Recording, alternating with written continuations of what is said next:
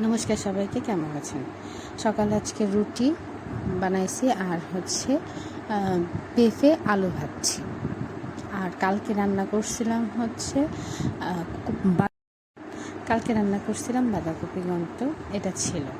ঠিক আছে, সকালবেলা রুটি করছি। আর আমাদের বাড়িতে আমার বাসায় 3 জন লোকে 2 রকম আইটেম।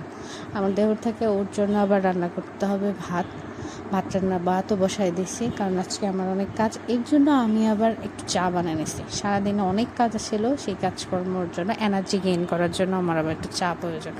তো কালকে আবার অনেক কাপড় চোপড় ভিজাইছিলাম, কাচ্ছি, ধুইছি, এগুলো শুকাই গেছে, এগুলো আবার এনে ভাজ করবো। আবার আজকে ভিজাইছি আমার ডাইনিং প্লেসের যে ডাইনিং টেবিলের 6টা চেয়ারের কাভার কিনছিলাম। যখন ডাইনিং টেবিল কিনি তখন চেয়ারের কাভার কিছু, যে তুর্কি কাভার যেগুলো বলা হয়, ওই কাভারগুলো কিনছিলাম। ওগুলো মানে এই 2-3 মাসে ধোয়া হয় না, আমার এক্সাম ছিল, মিট ছিল, সব কিছু মিলায় আর এটা ধোয়া হয় নাই। তাই এইগুলো 6টা চেয়ার, পর আমার হাজব্যান্ডের কয়েকটা জামা কাপড়, এইগুলো ধুইছি।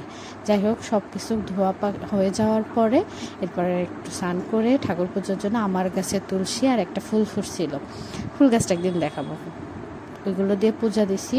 পরে সব কিছু মেলে বারান্দায় এইভাবে সেট করে দিছি।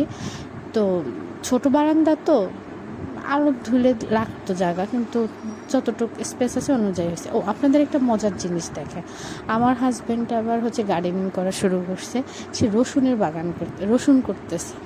যাই হোক, সব কাজের ফাঁকেও রান্নাটা সেরে ফেলছি। আজকে আবার রান্না করছিলাম পালং শাক দিয়ে, বেগুন দিয়ে, আর কালি জিরে দিয়ে রান্না করছিলাম। আর কালকে সকালের তরকারিটা ছিল, আর সয়াবিন আলু দিয়ে রসা করছি, আর টক করছি। সারাদিন অনেক কাজকর্মর পরে খাওয়া দাওয়া করে একটু রেস্ট নিলাম।